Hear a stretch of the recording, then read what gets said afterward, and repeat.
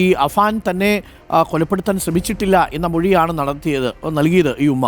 കട്ടിൽ നിന്ന് വീണതാണ് എന്ന് പറഞ്ഞിരുന്നെങ്കിലും പിന്നീട് ആ ഉമ്മ മൊഴിയിൽ കാര്യങ്ങളൊക്കെ ഇപ്പോൾ വിശദമായി തന്നെ പറയുന്നു. അഫാൻ ഇങ്ങനെ ചെയ്യാനുള്ള കാരണം എന്താണ് എന്നാണ് പറയുന്നത്. മാത്രവുമല്ല, ഈ അഫാൻ്റെ ഉമ്മ അഫാനെ പോലീസ് വെറുതെ വിടുമോ എന്ന് ചോദിക്കുന്നുണ്ട് എന്നാണ് നമ്മൾ കേട്ടത്. അതെങ്ങനെയാണ് സാധ്യമാവുക അല്ലേ? പലപ്പോഴും നമ്മൾ ഈ വീട്ടുകാരുടെ വൈകാരിക ബന്ധം അത് നമുക്കൊട്ടും കുറച്ച് കാണാൻ കഴിയില്ല. മകനാണ്, ഇളയ മകൻ പോയി, ഈ ആകെയുള്ളത് ഈ മകൻ മാത്രമാണ്, പിന്നെ ഭർത്താവാണുള്ളത്. അപ്പോൾ ഷമീന എന്ന് പറയുന്നൊരു ഉമ്മയുടെ ദുഃഖവും സങ്കടവും നമുക്ക് മനസ്സിലാവും. പക്ഷേ ഒരേ സമയം 5 പേരെ വകവരുത്തിയ ഒരാളാണ് എന്നുള്ളത് നമ്മളെ ഞെട്ടിക്കുന്ന കാര്യവുമാണ്.